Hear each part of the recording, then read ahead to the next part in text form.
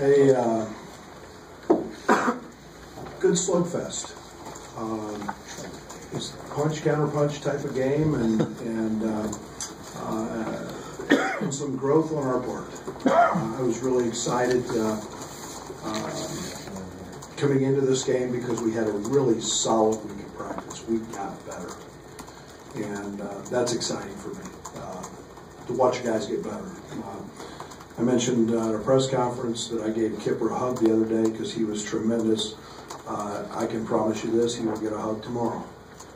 He was outstanding at a night that Ron, who's been incredible, he's been arguably as good a player as there's been out there, had a tough night due to foul trouble, and we needed it. I was proud of our guys because give DePaul a lot of credit, and Dave's a tremendous coach. They came out the second half and they punched us, and the first 6 minutes were all them, and it was them crawling on the backboards. It was us standing around, and along those lines we didn't execute very well, and on the offensive end. Once we settled down and started running offense, I think we had some breakthroughs tonight. We were able to get some first cutter layups. We were very efficient in two-man game on the backside, and then we got to the foul line. But DePaul came out and punched us, and then I was proud of our guys because we responded, and we had to play through foul trouble. We played 10 guys, 9 guys scored, and I'd be remiss if I did not mention Aaron again, 9 rebounds. He is just finding ways to stuff the stat sheet, and kind of whatever it's been. He hit a big 3 off a double team on the run on the block, and so I've been really pleased. DeMonte didn't have a great shooting night tonight, but again, it's his small things that he does, coming up with steals, chasing Struce around. He was fabulous again tonight. So all around, very, very pleased. I think there was some growth, and I look forward to watching the film here. And we've got number 2 of our 7 one-day preps this year coming up. So we get a team that comes in on Sunday that is very well coached and very, very, very, very good offensive team.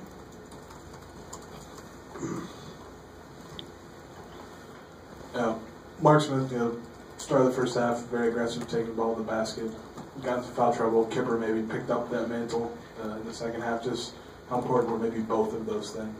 Well, I'm starting to like the balance that we're having and the versatility that we're showing. It was LaRon the other night with 23. It was Mark tonight. Mark was in a great place tonight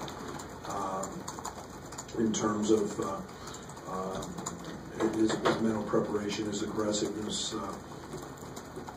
You're sure not ever going to hear me tell him to back off. We need that type of play. And then it was Kipper in the second half, and Kipper going downhill off that two-man game. That was as good a play as we've had all year from anybody. And he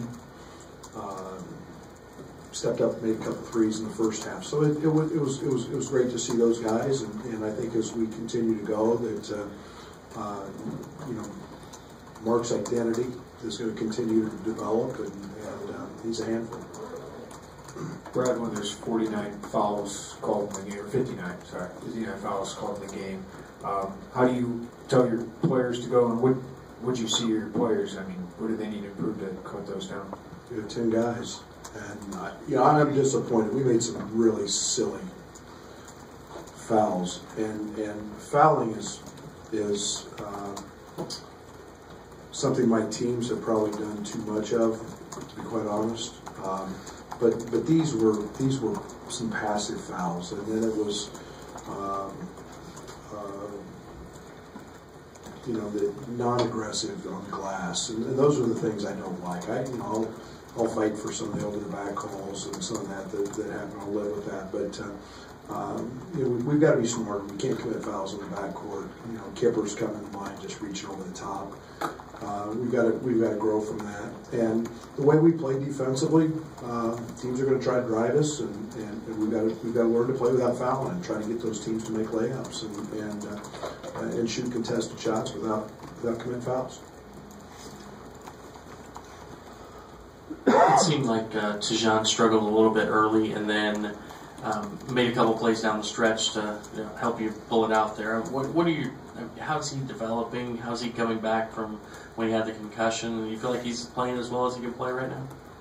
Yeah, I think Tajan's biggest issue is he's picked. I think almost every game he's picked up a foul in the first minute. Then you've got to get defensive, and I subbed him out pretty quick tonight because of that. And he's the engine. There's no question about that. We're a good basketball team with him on the court, and I was really proud because he stepped up and kind of took control of things late and got guys where they needed to be. And he's a very, very good defender, and he was an integral part of what we had to have down the stretch, and he's doing just fine. I just got to keep him out of foul trouble the first 3 minutes of the game. Coach, you held Struce, McCollum, and Kane to something like 5 for 20 from the field. Did they just have a bad game, or was it something you were doing defensively? And also, what was your impression of Justin Roberts? Well, Justin was tremendous. Justin was a guy, to be quite honest, we didn't know a ton about other than just his reputation from high school. But yeah, he was awfully good. You get a big night for him. He did it from the three. He did it from off the drive. And when Gage went out, he stepped in and was every bit as good or not better than Devin was. But we were focused on Struce. We were focused on Eli, and one of the things that we wanted to do was go at them and have to make them guard. And good offensive players, a lot of times I try to attack on the other end of the court as well. And we were able to do that, got him in foul trouble a little bit, and I think that disrupted a little bit of the flow. And everybody saw Struce's range, late in the game when he cast one up from about 35. But he's a talent. He's going to have some big nights for him, and he's an awfully good player. So I was proud of our guys. We stepped up and met that challenge tonight. When DePaul went into a zone, it seemed like you guys were able to take advantage of that. What did you like about your team when they did go into zone? We've been great against it.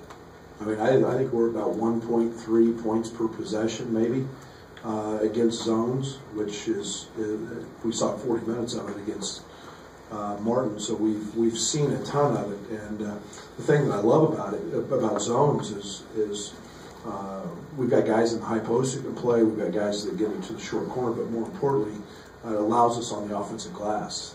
And everybody thinks it's about 3-point shooting against zones.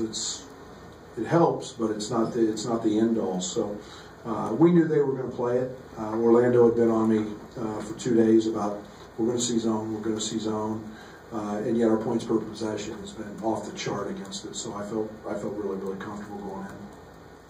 Coach, you mentioned the 3-point shooting again. Another tough night from three. Are you happy with the shots you're getting from the arc when you do get them, or is it? Most of them. I mean, we make them in practice. It's youth. We were laughing in the locker room. I mean, we've got to figure out the first shot that Mark Smith takes, if we're going to have to replace the backboard or not, because he hasn't been close on the first one. He just gets so amped up, and yet we'll get there.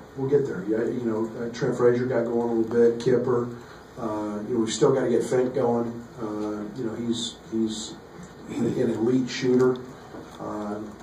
Today in shoot around, I think Fink hit 8 in a row off sets and actions we ran, and so I don't worry about that. I mean, we're scoring 82 without making any, and there's a lot of ways to score the ball. And when those start going in, that'll help LeRon, that'll help Michael, and it'll really help us in transition. You're concerned by turnovers? Absolutely. 18. They're silly. Some of them are silly and unforced. and their turnovers that really come in at inopportune times. So again, that's youth, and they have to learn to trust the process and trust what we do. We don't have to go crazy. We don't have to score every time we touch the ball. We have to let the offense work for us. We'll get better at it. But yeah, it's too much too soon in terms of turnovers. Brad, how likely are we to see a rematch, or are we going to have to wait another 60 years? That's a long time. I sure won't be around to see that one. But I don't know. Rob asked me the question yesterday or a couple days ago, and scheduling's hard. I think there's a lot of positives for that game. We played and have played in Chicago and a great deal, and it's two historic programs. And I don't run from anybody in scheduling. You guys will find that out over the course of time. So. It's great for fans. We're fortunate that the two conferences put this together, and we were able to play it. But we'll see in time. I mean, with us going to 20 league games, there's a lot of variables out there now that will change scheduling and the way people schedule. Hey, Coach, going back to the zone, playing against the zone defense today, you went up against it with Kipper and Boy Badine for a solid chunk of time there with that high-low set in the paint. What does that pairing bring that you felt was gonna be good against this team? Well, Kipper is one of the best players out there in terms of the short corners and in the high post. He's tremendous, and he's a very, very good passer. And you have to know where Kip's at in the zone offense, and Greg is a guy that we can throw the ball up to at the rim. He can finish. He lost his footing on one, but it's about ball movement. It's about getting the ball in those places and the short corners and high post and ball reversals, and those two just happened to be in at that time. But Kipper's awfully good. Brad, Mark Allstor, 5 rebounds, 3 assists, a couple of flashy passes to the other team. Talk about what he did right today. Well, I think he guarded great. I feel great with him defense. I've said Mark can be an elite defender, and there's more to his game than just being a known scorer. I'm not very happy with his turnovers. And again, he's a guy that has to trust in the offense and has to understand where those opportunities come, and he's going to be just fine. But defensively, he was tremendous, and you get 5 rebounds out of your starting 2. I'll take that every night. Going back to Kipper, in the second half, Smith and Black are both on the bench in foul trouble, and Kipper scores 7 straight points for you guys. Just how much of a boost off the bench was he during that stretch for you? You guys will find that I love productivity off the bench. I try to find that. I try to create it. I don't want just bodies going in. I need productivity coming in off the bench, and Kipper and I talked about that, and he's a valuable piece to that. Aaron's done that. DeMonte does it in a lot of ways. And again, Trent. We get Trent going, making shots. Now we get tremendous productivity coming off our bench. So whether it was, I thought we had a great stretch there on Kip, and then that Trent got going a little bit. AJ's obviously playing at an elite level. So our bench is being pretty productive. All right, Scott, wrap us up, Scott. Go ahead. I guess you mentioned the one-day prep Marshall on Sunday. What maybe about their offense? You're going to shoot a lot of threes, and that's family style, I guess. But what's the challenge there? Yeah, I'll be honest. I'm not one. I never look ahead, so I can't. I'm not smart enough to look ahead. So it'll be a long night tonight. With Derek, we got 7 one-day preps, so it's those are long nights for me. Watch tonight's game. We'll put together a few things that we got to get better at, show our team, and then it'll be on to Marshall. And practice at noon, and I know they've got a great guard. I watched them in their Tennessee Martin game and they paid a lot of attention, but they spray it around. They're an elite passing team. They're going to press, pick you up full court for 40 minutes, and we better guard the 3-point line, and you'll see one of the best guards in the country. I think he put his name in the draft last year, then everything came out. But sensational. I'm in awe of his passing, and he did that extremely well in the Martin game. All right, thank you, Coach. Thank you. Elmore. Like I said, I haven't watched him yet.